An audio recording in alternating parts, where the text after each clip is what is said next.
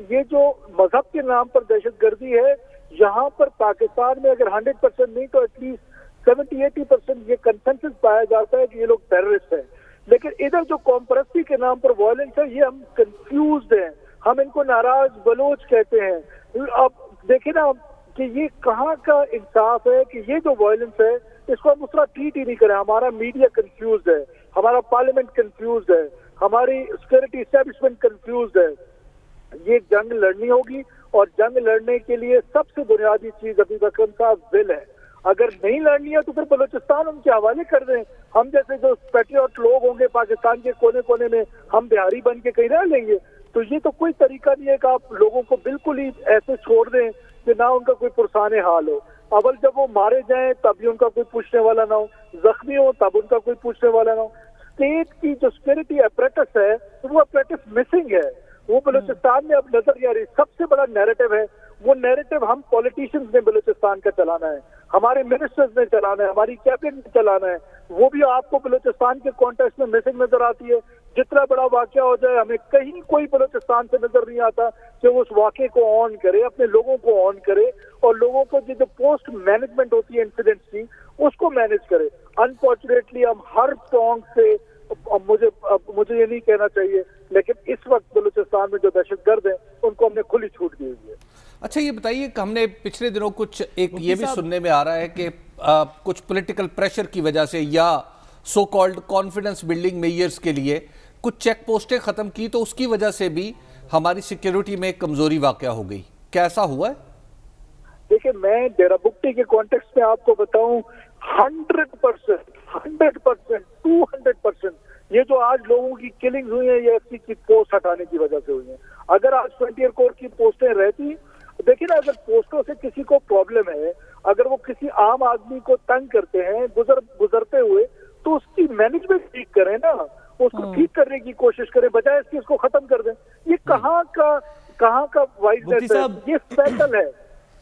جی مفتی صاحب جو آپ بات کر رہے ہیں بات شاید درست ہو کہ سیکیورٹی مینجمنٹ کے اندر کچھ امپروومنٹس ہو سکتی ہیں اور ہونی چاہیے. اور آپ جانتے ہی ہیں کہ پاکستان کے اوپر پچھلے کچھ عرصے کے اندر کس طرح کا ہیومن رائٹس آرگنائزیشنز اور ہماری ڈومیسٹک آرگنائزیشن سے پریشر پڑا کہ جی بلوچستان کے لوگوں کے ساتھ بڑی زیادتی ہو رہی ہے، اور اس کا کچھ انٹرنیشنل امپیکٹ بھی ہے. میں آپ سے ذرا تھوڑا سا اس سے آگے کی بات پوچھنا چاہتا ہوں. ہم نے پاکستان کا یہ نیریٹو کچھ عرصے سے رہا ہے کہ بلوچستان کے اندر بھی جو دہشت گردی ہو رہی ہے اس میں بھی کراس بارڈر ایلیمنٹس انوالوڈ ہیں، جس وجہ سے ہم نے باڑ لگائی، جس وجہ سے افغانستان کے اندر جو چینج ہوئی سچویشن، تو اس کی وجہ سے کچھ امید ہے یا امید تھی اور امید رہے گی کہ شاید کراس بارڈر ایلیمنٹس جو بلوچستان کے اندر انفلٹریٹ کرتے تھے وہ اب نہیں ہوں گے. آپ ہوم منسٹر بھی رہے ہیں بلوچستان کے اندر، آپ کے خیال میں ان عناصر میں سے کتنے ہوم گرون ہیں، ہوم ریزیڈنٹ، اور کتنے ابھی بھی اکراس دا بارڈر یہ کاروائیاں کر رہے ہیں؟ دیکھیں اس میں تو کوئی دو رائے نہیں ہے کہ اکراس دا بارڈر وہ لوگ آج بھی بیٹھے ہوئے ہیں، آج بھی وہاں پر ان کے سیف ہیونز ہیں. پرابلم کیا ہے؟ پرابلم یہ ہے کہ ان کی فنڈنگ آج کل آپ کو پتا ہے کہ دبئی سے کہاں سے ان کی فنڈنگ نہیں ہو رہی ہے. پھر وہ جو ایکسٹورشن منی اکٹھا کر رہے ہیں، جو لوگوں سے بھتا لے رہے ہیں. آپ کا کوئی بھی بلوچستان کا کانٹریکٹر ایسا نہیں ہے جو کانٹریکٹ کرے اور ان کو پرسنٹیج نہ دے. تو مجھے بتائیں یہ کتنا بڑا پیسہ ان کے پاس جا رہا ہے. کوئی ایک کانٹریکٹر مجھے آ کے کہے کہ میں نے پیسے نہیں دیے، تو ان کو پیسے بھی مل رہے ہیں. ان کو آپ دیکھیں نا، جب آپ مجھے بندوق دے کے دنیا نیوز کے ہیڈ کوارٹر میں بھیج دیں اور مجھے کوئی چیلنج نہ کرے تو میں جو مرضی کرتا رہوں.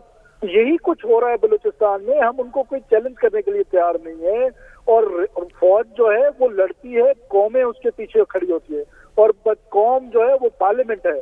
مجھے دکھ ہوتا ہے کہ ہماری پارلیمنٹ میں اس پر تو ڈبیٹ ہو رہی تھی. دیکھیں آج کل بڑا ایک کامن ورڈ بلوچ محروم ہے. وہ خود کہتا ہے میں محرومی پہ نہیں لڑ رہا ہوں، وہ خود کہتا ہے میں بلوچ آئیڈینٹی پہ لڑ رہا ہوں. ہم نے ادھر نیریٹو جنریٹ کیا ہوا ہے کیونکہ وہ محروم ہے اس لیے لڑ رہا ہے، وہ محرومی پہ نہیں لڑ رہا ہے. بہت شکریہ. سابق وزیر داخلہ اور سینیٹر سرفراز بگٹی ہمارے ساتھ موجود تھے.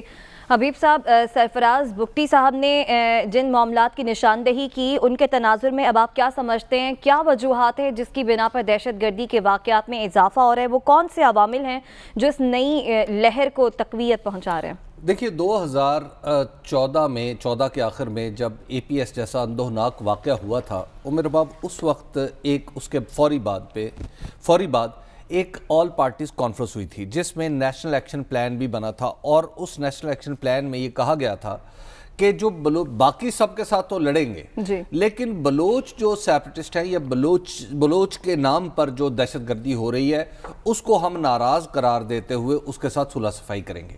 اس کی وجہ یہ نہیں تھی کہ ریاست لڑ نہیں سکتی تھی، اس کی وجہ یہ تھی کہ اس وقت ایک خاص پولیٹیکل ماحول تھا، وہ یہ تھا کہ ڈاکٹر مالک کی حکومت تھی، اور ڈاکٹر مالک ایک بلوچ نیشنلسٹ بھی ہیں اور ایک بلوچستان میں ان کا بڑا احترام ہے۔ ان کا خیال تھا کہ وہ ان سے بات کر سکتے ہیں، وہ جتنا عرصہ حکومت میں رہے وہ بات نہیں کر سکے۔ اس کے بعد نواب ثناء اللہ زہری کی حکومت آ گئی، وہ بھی بات نہیں کر سکے، بلکہ ٹو این ایکسٹینٹ بلوچستان کے اندر ایسے کچھ بلوچ رہنما موجود ہیں جو ہے تو مین سٹریم میں آپ کو نظر آتے، لیکن دراصل وہ چاہتے ہیں کہ ان کی ریلیونس بنی رہے حکومت کے اندر، وہ بلیک میل کرتے رہے ریاستی اداروں کو، اور وہ یعنی بالواسطہ وہ سپورٹ کرتے ہیں ان لوگوں کی جو ملک سے باہر بیٹھ کے پاکستان کے خلاف زہریلا پروپیگنڈا بھی کرتے ہیں اور پاکستان کے اندر پاکستان کی افواج پہ حملے بھی کرتے ہیں۔ تو لہٰذا ان لوگوں کو آئیڈینٹیفائی کرنے کی ضرورت ہے۔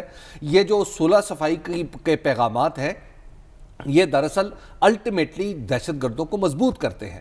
اس کی وجہ یہ ہے کہ آپ کانفیڈنس بلڈنگ کے لیے کہیں چیک پوسٹ ختم کر دیتے ہیں، اچھا جب چیک پوسٹ ختم ہوتی ہے وہ ری گروپ ہونا شروع ہو جاتے ہیں، جب وہ ری گروپ ہوتے ہیں تو پھر اس طرح کیچ جیسا اندوناک واقعہ جو ہے وہ پیش آ جاتا ہے۔ وہ میرے ہی بچے تھے، وہ میرے ہی چھوٹے بھائی ہیں، وہ پاکستان کے اوپر انہوں نے حملہ کیا ہے دہشت گردوں نے، تو لہٰذا ہمیں اپنی ریاستی پالیسی بالکل واضح کرنی چاہیے کہ ہر کوئی بھی وہ شخص جو ہاتھ میں بندوق لے کے کوئی پولیٹیکل مطالبہ کرے گا ہم اس کی بات نہیں سنیں گے۔ حبیب صاحب مجھے ساتھ صاحب کے پاس بھی جانا ہے، مختصراً بتا دیجیے گا کیا یہ تاثر درست ہے؟ کہا جا رہا ہے ایسے کہ افغانستان میں طالبان کی حکومت جب سے آئی ہے اگست کے بعد سے پاکستان میں یہ واقعات بڑھ رہے ہیں، کیا ان واقعات کا وہاں سے کوئی تعلق ہو سکتا ہے؟ دیکھیے تعلق، افغانستان ابھی اس طرح کی ذمہ دارانہ ریاست نہیں بنی کہ وہ اپنی سرزمین پہ موجود لوگوں کو کنٹرول کر سکے، تو لہٰذا یہ ڈانڈے وہاں پہ ملتے ہیں، لیکن اس کے ساتھ ساتھ ہمیں بھی تو اپنی چیزیں مضبوط کرنی چاہیے نا۔ ساتھ صاحب اپوزیشن کہہ رہی ہے کہ حالیہ واقعات کیا یہ ثابت نہیں کرتے کہ جو پالیسی ٹی ٹی پی کے ساتھ کالعدم ٹی ٹی پی کے ساتھ اپنائی گئی ہے حکومت کی جانب سے وہ غلط تھی؟ کیا حکومت نے کہیں کوئی کمزوری دکھائی جس کے بعد یہ واقعات بڑھے؟ دیکھیے سب سے پہلے تو ہر واقعہ کسی ایک شخص کی بھی جان ہو، اور خاص طور پہ ہماری سیکیورٹی فورسز کے اندر جتنی شہادتیں پچھلے 20 سال سے میں ہوئیں، اور بلوچستان کے اندر جتنی سویلینز کی، ہزارہ کی سیکیورٹی فورسز کی شہادتیں ہوئیں، ان میں سے مطلب ہر ایک کی جان جو ہے وہ پاکستان کے لیے ایک ایسا بوجھ ہے، عوام کے لیے ایسا بوجھ ہے جو ہم اٹھا نہیں سکتے، ہمارے کندھے اس وزن سے جھک چکے ہیں۔ لیکن میں حبیب صاحب کی بات سے جہاں پہ کچھ اگری کرتا ہوں، تھوڑا سا میرا ان سے اختلاف ہے، اور وہ 2-3 باتوں پہ ہے۔